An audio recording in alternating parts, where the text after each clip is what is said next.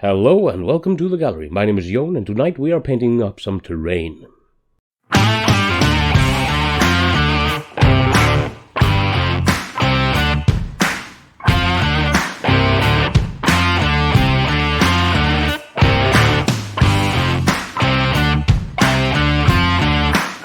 Great miniatures deserve to be placed on a good-looking table, and to have a good-looking table, you need some good-looking terrain. This time around, we're just going to paint up a small statue, a Sigmar statue that came from some sort of set that I have somewhere in big piles of minis strewn about the place. We're going to do two different types on it. Old weathered bronze thing and a shiny marble sandstone thing. So let's just get right into it. Now with this statue we started out with a Retributor gold spray just to get things even and quick down on it, and then with a sponge we are dabbing in some Org Armor gold followed by Gehenna gold and then Balthasar gold just to get a little bit of variant to the gold, because it's an old statue and it's gone flaky here and there and it's interesting and it's different and you want it to not look great, but in a controlled way, and this is a perfect way to do that. After we've put down all the variants of the gold, we're going to put on an easy wash of Andalusian earth mixed with some flow improver, just so it flows a little bit better but doesn't dull it too much down. The reason why I'm using this and also this black wash, they are both from Green Stuff World and they are a bit more shiny. And that works well with all the gold that we put down because, of course, we still want it a bit on the shiny side, at least until later when we start to dull it down a bit. And the black wash does not go all over it, it just goes in select spots that we choose almost at random, but it's more where we want a little bit more focus to it. Next is Nihilic Oxide, and we mix this with the flow improver and a bit of water so it will dry chalkier but not as thick as usual. And as you can see, we are putting it all over the miniature, and don't worry, it looks quite blue, but once it dries it gets a lot nicer and a lot smoother and not as blue. It will flow better because of the flow improver that we put into it.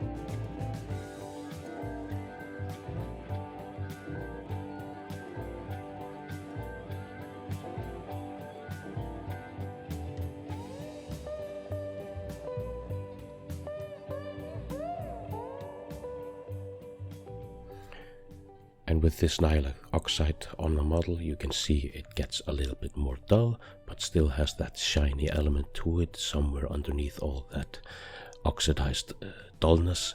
And next up, we start with a little bit of soft dry brushing. This is Retributor Armor, the same gold that we started out with, and it's just a soft dry brush over the more prominent parts of the model, the parts where the eye most likely will be drawn. And we use a soft makeup brush and really do this softly because we don't want it to be too prominent. After that we dry brush with a little bit of Iron Breaker, and then the basic model is done. I added a little bit extra here, a little bit of silver into the eye lenses, and then a little bit of blue contrast paint there just to give the feel of a gemmed eye. Now this was all the bronze done, and you see we put a lot of weathering on it, and it's old and it's starting to get a little bit oxidized, a little bit a verdigris to it. Next, we're going to take a look at how we're going to do some marble. This is a little bit more complex than the bronze bit, but not overly so. Most of this can be done quite easily in only a matter of an hour or so. It's mainly drying time for the special glossy, varnishy, coat-y, thingy, stuffy stuff that we're gonna put on it. Now with the plinth itself, it's a little bit different. We started out by base coating the entire plinth with Vallejo's flat earth, and this is 2-3 layers that we need to get rid of most of the gold feel.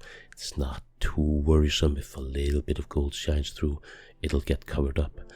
Then once that's dry, we do a really harsh dry brush, almost a base coat, with Vallejo's dark tan to get a nicer, lighter colored marble base coat that we're going to start out with. And this is a little bit more complex than the bit that we did before, but it's not overly so. It's just a little bit of more focus, not as random and as slapdash as the other one. After we've done the base coat, we start stippling in a little bit of the dark tan and a little bit of the flat earth mixed with the dark tan, because we want it a little bit rough, and marble is a little bit on the rougher side. Most of this paint job will be done with using a vat palette and mixing the colors on the vat palette, but with only these 2 colors mixed in with a little bit of white at the end. So it's not that many colors that we're using, but we have to focus them down a bit. A little bit of Andalusian earth, diluted with a hell of a lot of Lamia medium and flow improver, because we just want to smooth out the undercoat that we're using, but not color it. So it's very, very thinly put down.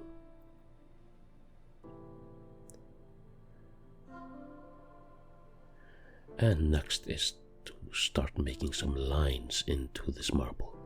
We start out with flat earth. In this case, it's better to start with a darker color and then get it a little bit lighter or lighter and lighter as we go along, in my opinion at least. So we start by putting down some veins, and you really have to just go by feel for this. There, you could look at pictures of marble or whatever, but I feel it's best just to get a feeling for it. Then a little bit of the tan color mixed with the flat earth, and we go into the lines, following them almost the entire way, leaving a little bit of the darker one seeing through. And this is watered down quite a lot, so it'll dry a little bit lighter, a little less opaque than it is. And after we finished all the lighter colors, we start putting in a little bit more white into it, and in the end we're just using almost pure white but heavily diluted with water, so it will dry almost translucent. After that, I use my own marble wash, which is basically art coat Lamia medium and the dark tan mixed together with very little dark tan in it. It's almost exclusively Lamia medium and art coat, and it gives a slight shine to it with a slight hint of color, but not overly much. Then it's just painting in the skulls. You could skip this step. I mean, it looks okay even if you don't paint them in, but I like to put down a little paint on the skulls and then just throw a little bit of black wash behind them and on them, and then you are almost done. You could use the bone color again and go over the skulls just to lighten them up a bit again, but I like them a little bit darker on this because they're not there to draw the eye. The golden statue on top is to draw the eye.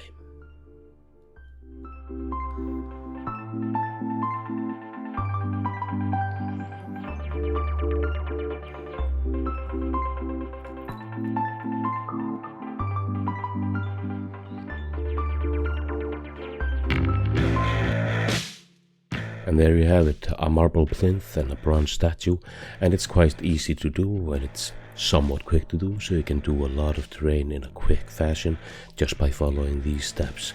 Not to a T, but close enough.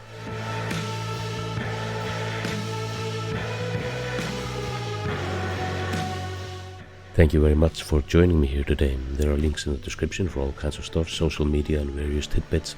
You do with it what you will, like, share and subscribe and chisel it into stone.